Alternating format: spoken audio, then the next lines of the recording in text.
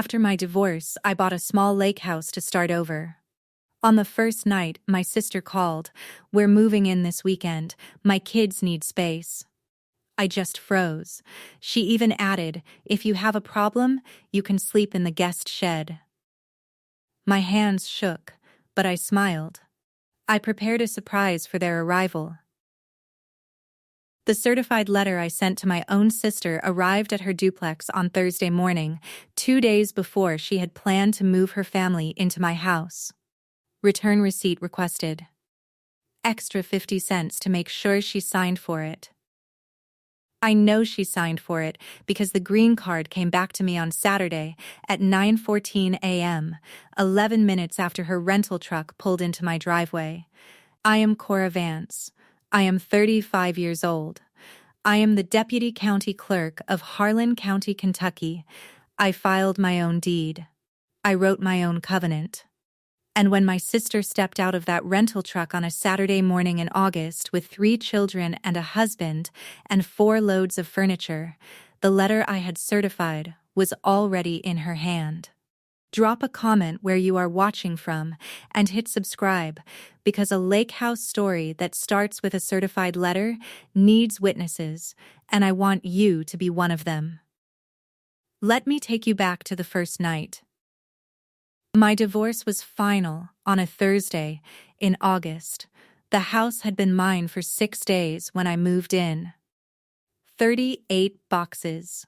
A brass compass on the weather vane mount at the end of the dock. Nothing else.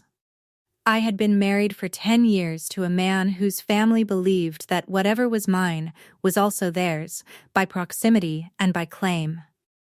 His mother had a key to our house for 7 years and used it on a Tuesday morning in 2019 to rearrange my kitchen cabinets while I was at work. She said she was helping. I came home and could not find a single thing I owned. His brother borrowed our truck 83 times in 10 years. I counted because that is the kind of thing you count when you are a county clerk, and keeping records is the way you understand the world. 83 times. He brought it back dirty 50 one of those times. I said nothing to either of them because saying nothing had been the price of peace, and I had been paying it for a decade with the particular cheerfulness that is not cheerfulness at all, but a kind of slow accounting. When I finally said something, not about the truck, not about the cabinets, but about something small and private that I will not describe here, my husband looked at me across the kitchen table and said, in the tone of a man explaining a law of nature, "Cora, my family comes first. That has always been true, and you knew it when you married me."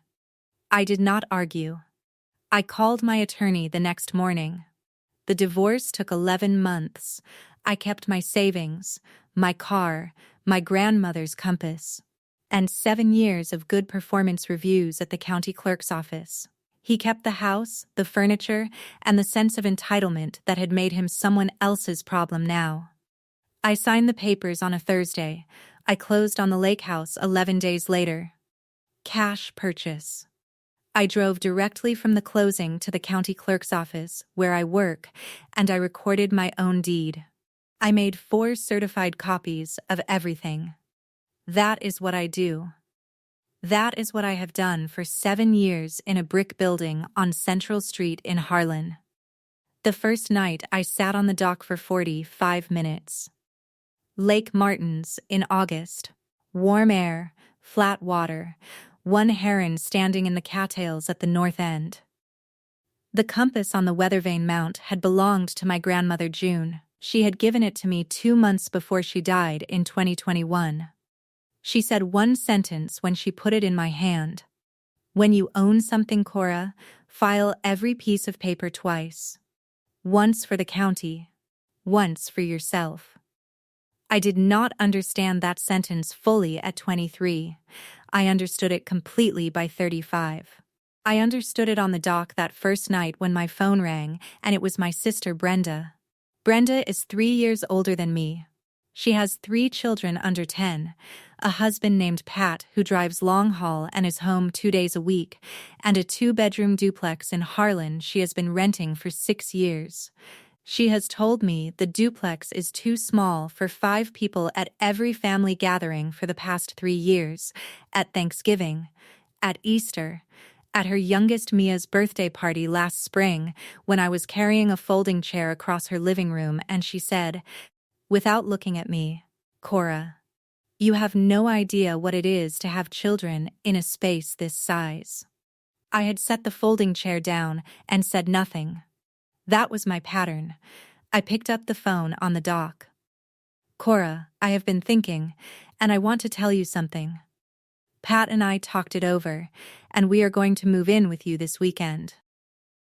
The kids need space. That duplex is not working. You have 5 bedrooms for 1 person, which honestly is not responsible, and you know as well as I do that Dad always said that Lake was for the whole family. So we are coming Saturday. Pat is renting a truck Friday night." I did not say anything for a full 3 seconds. Brenda kept going. "I know what you are going to say. But think about it practically. You are alone. You are going to rattle around in that house and be miserable. We will bring some life to the place. The kids will love the dock. It is better for everybody. And before you start talking about your deed or whatever, I already talked to Chad Everly, and he said there is a family access history on the old paperwork from the previous owner that gives us a legitimate claim. So this is not as simple as you think." I said, very quietly, "Brenda, if I have a problem with this, where do you suggest I sleep?" "The guest shed is fine. It has a cot and a window unit. You will be comfortable." She said this with absolute sincerity. Not cruelly.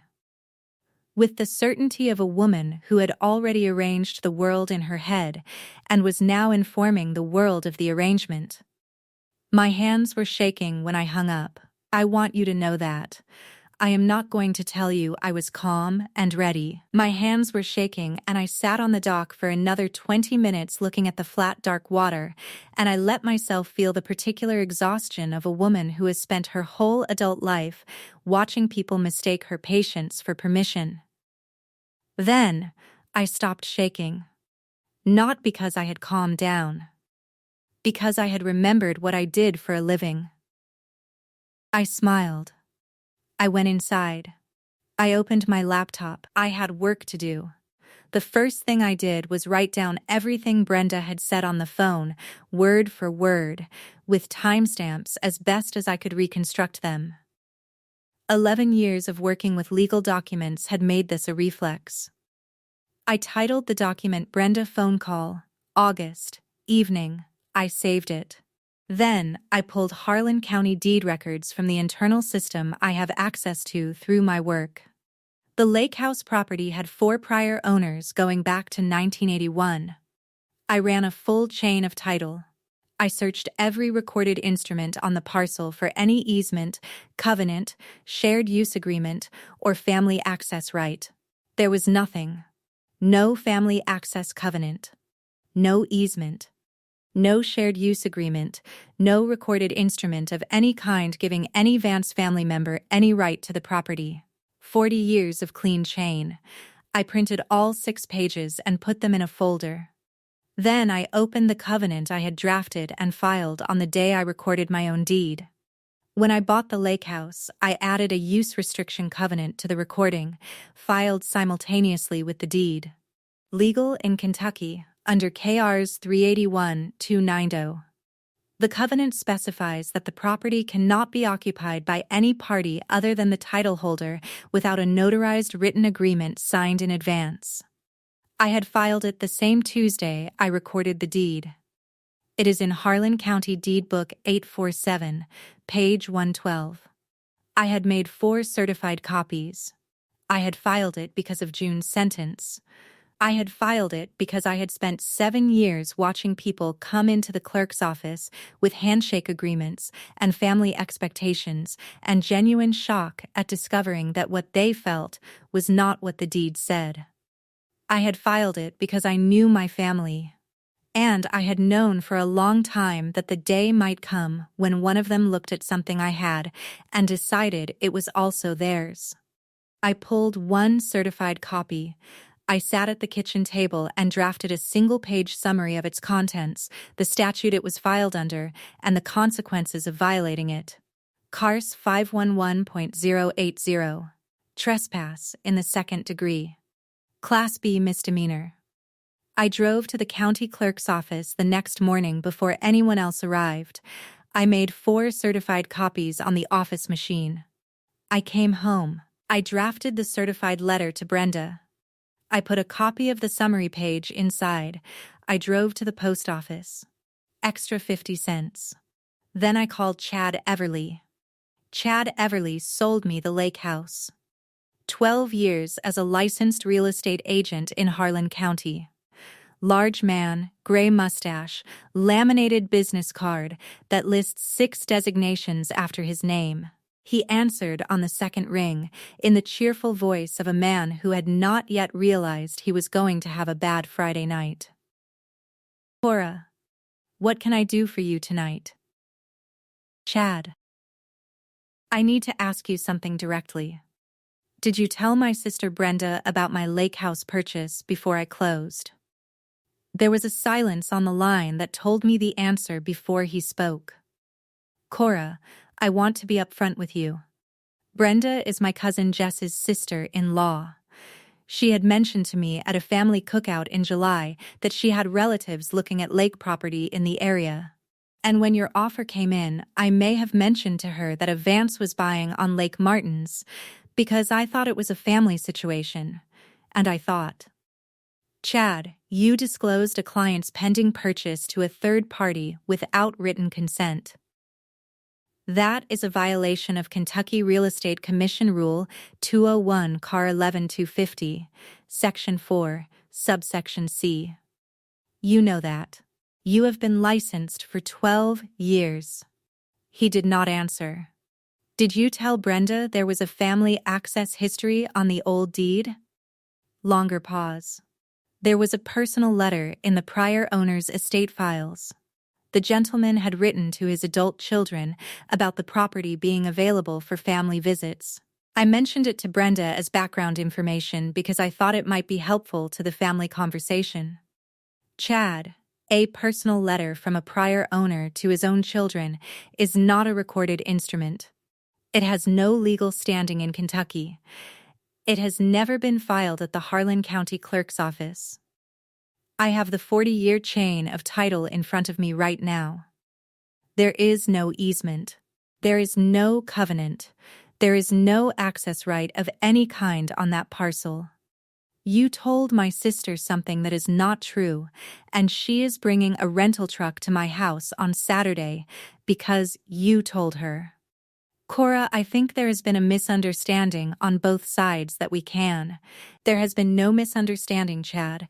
There has been a disclosure violation, and there has been misrepresentation of a legal instrument. I will handle it on my end. Thank you, Chad. I hung up before he could finish his next sentence. I opened the Kentucky Real Estate Commission complaint form on my computer. It is a 2-page form. I filled it out completely. I attached a summary of the disclosure timeline. I attached my closing statement. I attached a note referencing the false claim about the personal letter. I printed the whole packet and put it in the folder with the chain of title. I did not file it that Friday night. I would file it Monday morning from the county clerk's office fax machine because I wanted the timestamp to come from an official government line, not a home printer. Then I opened a second document. I titled it Timeline of Chad Everly Disclosures, August 2019 through August 2024. I wrote down every conversation I could remember having with Chad about the property, in order with the date and time as best as I could reconstruct them. I saved it. I added it to the folder. That is the third thing 11 years of records work teaches you. Build the timeline while it is fresh. Everything else follows from the timeline. If you have ever had someone call your home family property when their name was not on the deed, comment my lake, my door below, and hit subscribe. Because Friday night Aunt Darla called, and Saturday morning the truck pulled in, and I want you to be here for both. Friday at 8:47, Aunt Darla. My mother's older sister, 62 years old, Pine Ridge Road outside Harlan for her entire life. She calls on holidays and when someone in the family needs defending. Cora, sweetheart, I have talked to Brenda and I want you to understand that what she is asking is very reasonable. That lake was always meant for the whole family. Your daddy talked about it all the time. Darla, my father said the lake was for all the Vances in 1999. He did not own the lake property in 1999. He has never owned it. I purchased this property with my own savings 11 days after my divorce. Blood is thicker than a deed, sweetheart. Darla, what does that sentence mean specifically? Because in my experience it means that blood relations believe they do not need documentation. I have spent 7 years watching what happens when that belief meets a county records office. Cora, your grandmother June was always about keeping family together. I paused. I know exactly what June would say. She told me 2 months before she died. File every piece of paper twice, once for the county, once for yourself. I did, Darla. I went to my own office and I filed it myself. Good night, I hung up. I went to bed at 9:15. I set my alarm for 6:30. Saturday morning, I was dressed and on the dock by 7, coffee in a thermos, brass compass in my jacket pocket, Lake Martin's in August.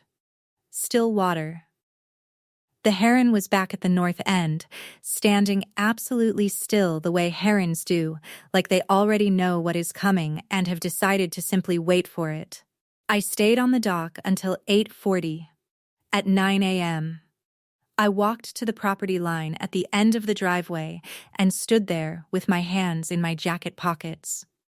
At 9:03, Brenda's rental truck came around the bend in the lake road.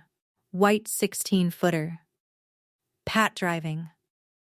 Brenda in the passenger seat with the large canvas tote bag with the sunflower print she carries everywhere. Behind the truck came her neighbor Lena's car with the 3 children. The truck pulled into my driveway. Pat cut the engine. Brenda got out. She looked at the dock first, then the house, then me standing at the property line.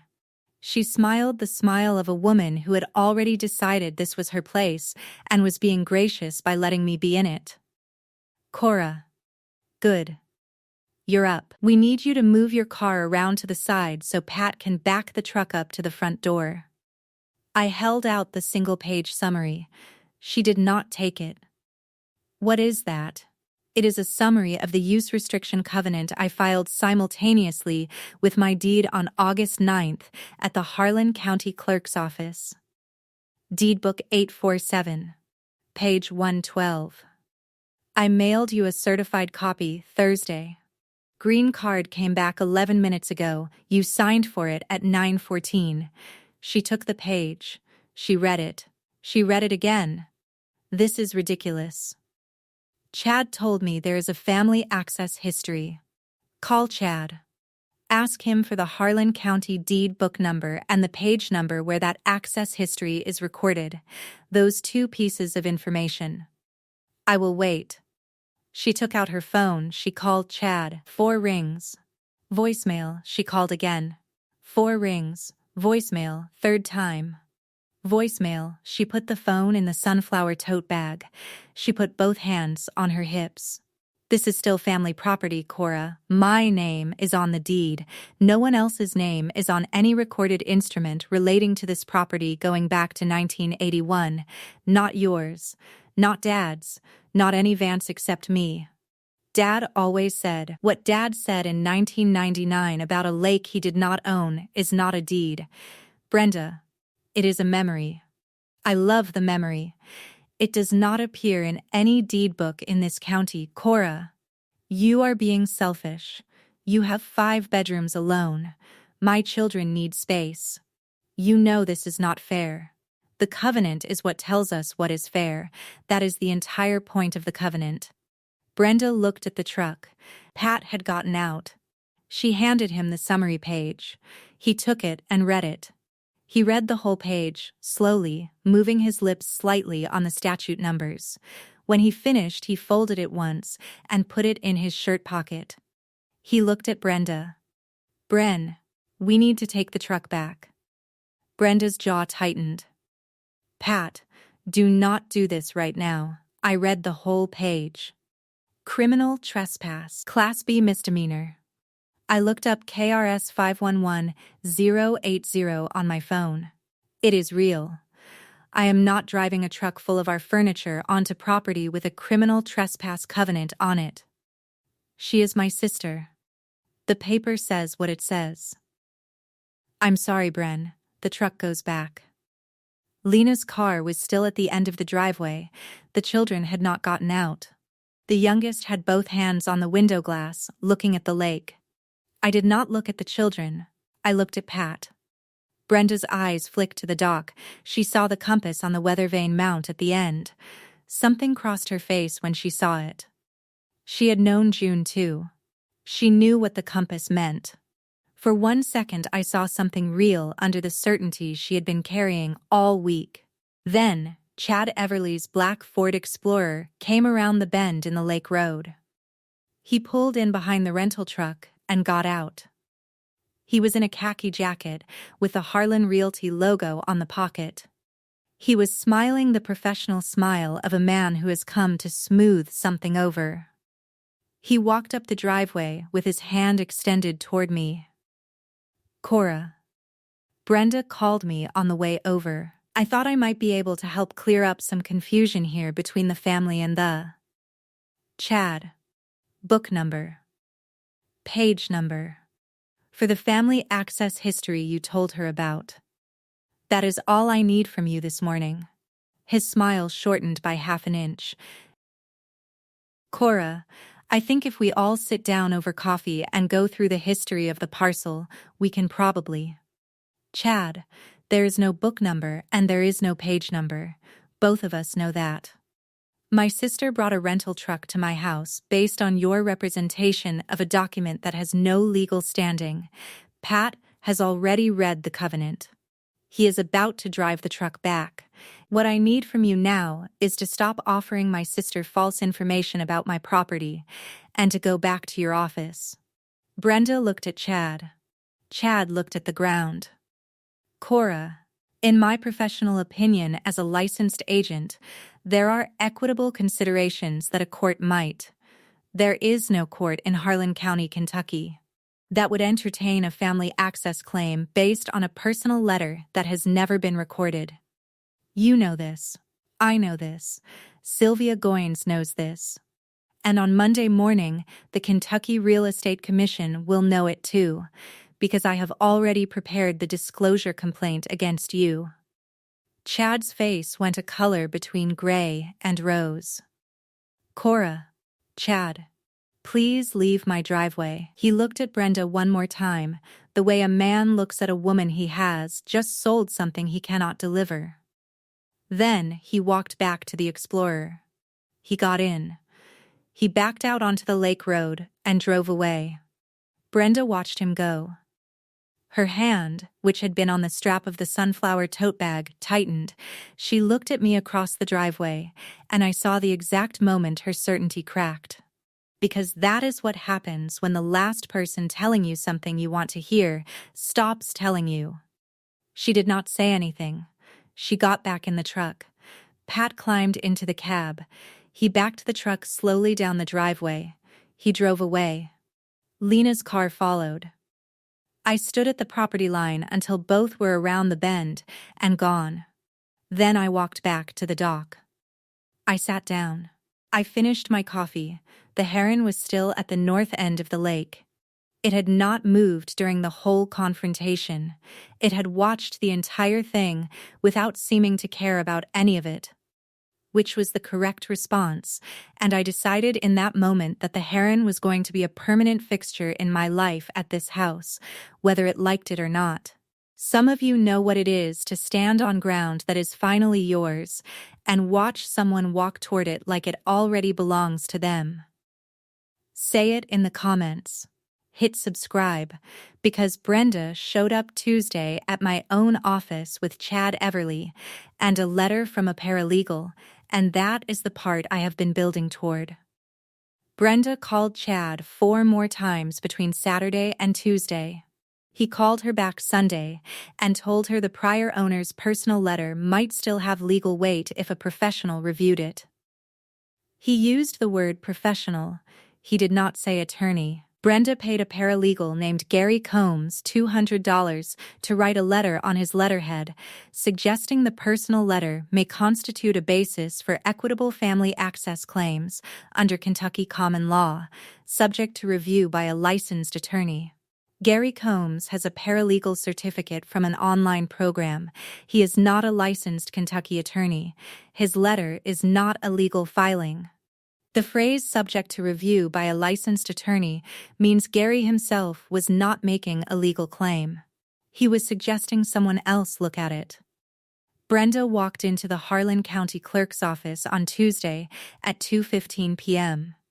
Chad was with her, laminated business card in his breast pocket. Gary's letter was in the sunflower tote bag. I was behind my counter. Sylvia Goines was at her desk behind me reviewing a plat map. Sylvia has been in this office for 29 years. She has seen every property dispute in Harlan County since 1995. She did not look up when the door opened. Brenda set the sunflower tote bag on the public counter. Cora, I need to inspect the deed on the lake house property, and I want to formally dispute the covenant you filed. The deed is public record. Anyone can inspect a recorded instrument. I printed the deed page and the covenant page. I set them on the counter. Brenda read them. Then she pulled Gary Combs's letter from the tote bag and set it between us. I have a letter from a legal professional indicating that the prior owner's correspondence may constitute a valid basis for family access rights. I am asking this office to acknowledge that claim. I picked up the letter. I read it. I set it back on the counter. Brenda. Gary Combs holds a paralegal certificate, not a law license. His letter is not a legal filing and has no authority in this office or in any Kentucky court. The phrase subject to review by a licensed attorney in the third line means he is not making a legal claim himself. He is suggesting someone else look at it. It is still a professional opinion. It is a paid opinion from an uncredentialed professional. Chad, do you have the deed book number and page number for the family access history you described to Brenda? Chad straightened his lapel. Cora, in my professional opinion as a licensed real estate agent, historical context of prior owner family use can sometimes carry informal weight in a property access. An informal weight in a county clerk's office. That processes recorded instruments. Chad looked at the counter. I have been waiting since Saturday for a book number and a page number. Do you have them? He did not answer. He knew why. The prior owner wrote a personal letter to his children. It is private correspondence. It has never been filed in this office. It does not appear in the deed history for this property going back to 1981. Here is the chain of title. I set the 6-page chain of title on the counter. Chad looked at it for a long time. He looked at the dates. He looked at the recording numbers. He looked for the thing he had told Brenda existed. It was not there. It had never been there. Behind me, Sylvia's chair moved. She stood up. She walked to the shelf and pulled Deed Book 847 without looking at the spine. She has pulled it enough times that her hand goes there by memory. She walked to the counter and set it open to page 112 between me and Brenda. That is the use restriction covenant filed August 9th by Cora Vance, simultaneously with her deed, under Kentucky Revised Statutes 381.290. The statute permits property owners to record use restrictions that run with the land. There is no time limit on such filings. There is no notice requirement to third parties. There is no family exemption clause. There is no exemption for individuals who believe they have a moral claim on the property. The covenant is binding from the date of recording, which was August 9th. And any occupation of the property by a party other than the title holder without notarized written consent constitutes a violation actionable under KRS 511.080. She turned the page in the book. She turned to the covenant's signature block. That is Cora Vance's signature. That is my initial as the recording clerk. That is the seal of the Harlan County clerk. Those three things together make this instrument enforceable in every court in the Commonwealth. Ma'am, do you have any recorded instrument on any page of any deed book in this county that grants you or any member of your family any right of access, occupancy, or use of this parcel? Brenda did not answer. I will help you, ma'am. The answer is no. There is nothing. I have worked in this office for 29 years. I have processed every family access claim filed in Harlan County since 1995. I know what is filed here. I know what is not. The correspondence Mr. Everly described to you is not filed here. It has never been filed here. It will never be filed here, because it is personal correspondence between a father and his adult children. And personal correspondence is not a legal instrument in the Commonwealth of Kentucky. She turned to Chad. Mr. Everly, when did you first review the personal letter you have been describing to Miss Vance? Chad shifted his weight. I saw it during the estate sale of the previous owners, back in June of last year.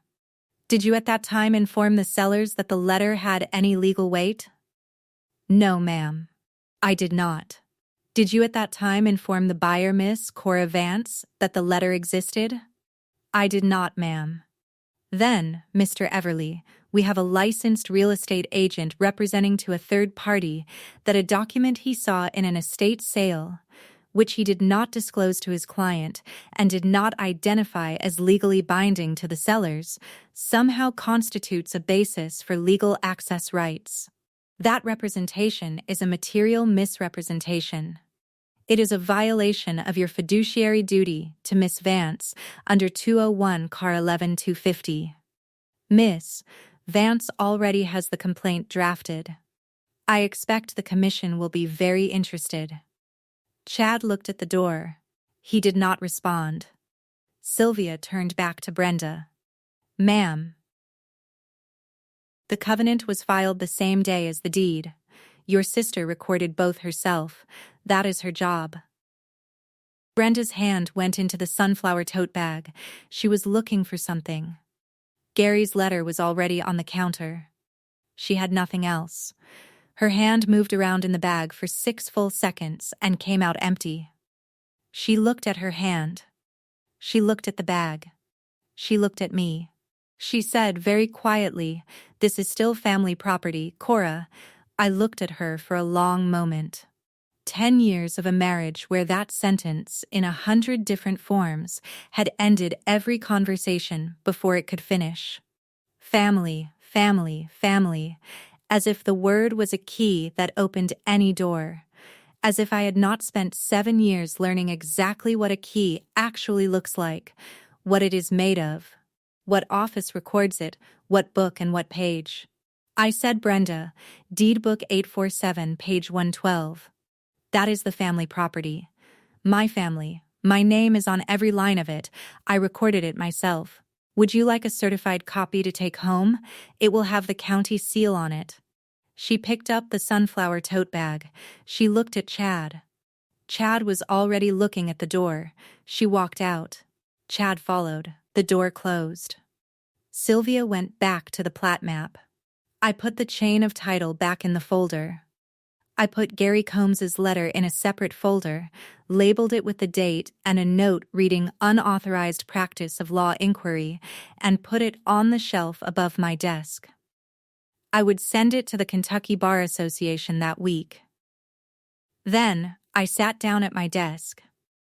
I reached into my jacket pocket. I took out the compass. I held it in my palm for a moment. Then I put it back. I went back to work. The next part is what you came for. Hit subscribe, because I want you here for what happened after. Here is what happened after. Brenda did not speak to me for 4 months. Not a call, not a text, not a voicemail. September passed. October passed. November came with the first cold snap off the ridge, the kind that turns Lake Martin's the color of pewter in the morning. I heard from Pat that Brenda had told the extended family that I had gone cold, that she had reached out with an olive branch and I had shut the door in her face. I did not correct her. I did not need to. Everyone who mattered had already heard the version of the story that included Deed Book 847. Because Harlan is the kind of town where the covenant page number is a piece of gossip that survives being repeated, and by mid-October, the story had made its way to every kitchen in the county. In December, Brenda sent a Christmas card. Drugstore card, red envelope, snowy scene, generic. It was signed with the children's names only. Tyler, Jake, and little Mia. Not Brenda. Not Pat. Just the 3 children's names in Brenda's handwriting, which I found was its own kind of sentence. She was saying she did not want to sign it herself, but she did not want the children to lose their aunt over a deed. It was the closest thing to a white flag she was capable of raising. I recognized it. I sent one back. Inside was a photograph of the lake house dock in late August, the water flat and gold in the evening light, the compass just visible at the far end of the dock on the weather vane mount. No message, just the photograph. I wanted her to have the image, because the image was the whole answer. It said more than any sentence I could have written, and it also said the specific thing I wanted her to see, which was that the dock was still there, and I was still on it, and nothing about her Saturday truck arrival had changed the shape of my life at all. Pat drove to the lake house on a Tuesday morning in September. He knocked at 9:15. He was in his work shirt, dust on his boots from a job outside Corbin. He stood on the front porch and said, "I'm sorry about Brenda. You were right. I should have read the papers before I rented the truck." I said I knew. He said she would come around when she had something else to be right about. I said I knew that too. He looked at the dock. He said Brenda had told him at breakfast that morning that I had ruined the family. He had said back to her that a family that needed a covenant filed to keep its members off each other's property was already ruined, and that I was the only Vance who had done anything about it. Brenda had not spoken to him the rest of the morning. I poured him coffee. He drank it on the porch. He set the mug on the railing. Before he drove home, he said one more thing. He said, "Cora, when you moved in, I told Brenda you would sell the place inside 6 months. I was wrong about that too." I said thank you, Pat. He got in his truck and drove back to Corbin. He came back 3 more times before Christmas, always alone, always in his work shirt. He never came inside. I liked that about him. Chad Everly received a formal complaint with the Kentucky Real Estate Commission for disclosing a client's purchase information to a third party without written consent and for misrepresenting a personal letter as a legal access instrument. The commission scheduled a hearing for November. Chad attended with a Louisville attorney. I attended with Sylvia. Sylvia read the 7 pages of Harlan County procedure aloud, in a voice that reminded the commissioners exactly what a real property record looks like, and exactly what one does not look like. The commission issued Chad a letter of caution, a formal reprimand entered into his professional record, and required him to complete 24 hours of continuing education in disclosure ethics before renewing his license. He sent me an apology email the following week. Subject line: Sincere apologies regarding Lake Martin's transaction. 4 sentences. I read it once. I saved it in the folder with the timeline. I did not respond. His firm dropped him in February. He now works out of a shared office space above a barber shop and sells manufactured homes on the east side of Harlan. Gary Combs received a letter from the Kentucky Bar Association clarifying unauthorized practice of law statutes in the Commonwealth. He no longer writes letters opening on equitable family access claims. Aunt Darla called once more in October. She had heard through the extended family that I had filed a complaint against Chad. She told me I was cold and not the Cora our family raised. She told me June would be ashamed of what I was doing to my sister. I let her finish. Then I said, very quietly, Darla, my grandmother June would like a word with you. She said, file every piece of paper twice. She said it to me 2 months before she died. She did not say it to Brenda. She did not say it to you. She said it to me because she knew which one of us was going to need it. I hung up. She has not called since. I heard from a cousin at Thanksgiving that Darla had stopped bringing up the lake house at family dinners entirely, which was the closest thing to an apology I was ever going to get from her, and I decided it was enough. Sylvia Goines retired in May after 29 years at the county clerk's office. On her last day, the office brought a sheet cake. White icing, blue letters. Sylvia ate 1 piece. She worked until 5. She shook my hand at the door and said, "You'll be fine, Cora. You already know where everything is." She walked out. I watched her car pull out of the lot. I was promoted to Chief Deputy Clerk of Harlan County in June. The county judge executive interviewed me on a Wednesday afternoon in his office above the fire station. He asked me one question. He asked me what the most important thing was for a chief deputy clerk in a county the size of Harlan. I told him it was helping people understand that the deed is what the deed says, and that no amount of family feeling changes what is recorded in the book. He hired me on the spot. I ordered a brass nameplate for my desk. It reads, Cora Vance, Chief Deputy Clerk, Harlan County. It sits on the same counter where Brenda set her sunflower tote bag in August. Every once in a while, when I am pulling a deed book for a stranger, I look at the nameplate and think about the fact that Sylvia's hand knew where deed book 847 was without her having to look. That is what I am going to be someday, and it is what I have been training for since I was 23 years old. And I did not know that until August. In October, I repainted the guest shed. Soft cream on the walls. A stained wood floor. I refinished myself on a Saturday afternoon in September. I put a desk in it facing the lake window, a lamp, a shelf for books. The brass compass sits on the windowsill of the shed, facing due south toward the water. I go there Saturday mornings to read. It is quiet. I can hear children on the lake from the neighboring properties without seeing them, which is a good arrangement. Brenda had suggested I sleep in that shed in August.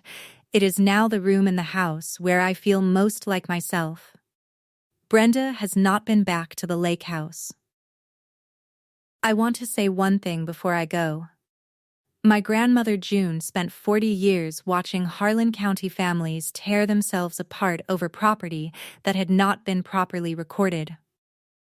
Brothers who stopped speaking over oral agreements 50 years old.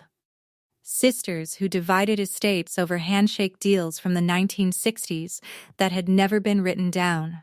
People who arrived at the clerk's office clutching memories and left clutching grief.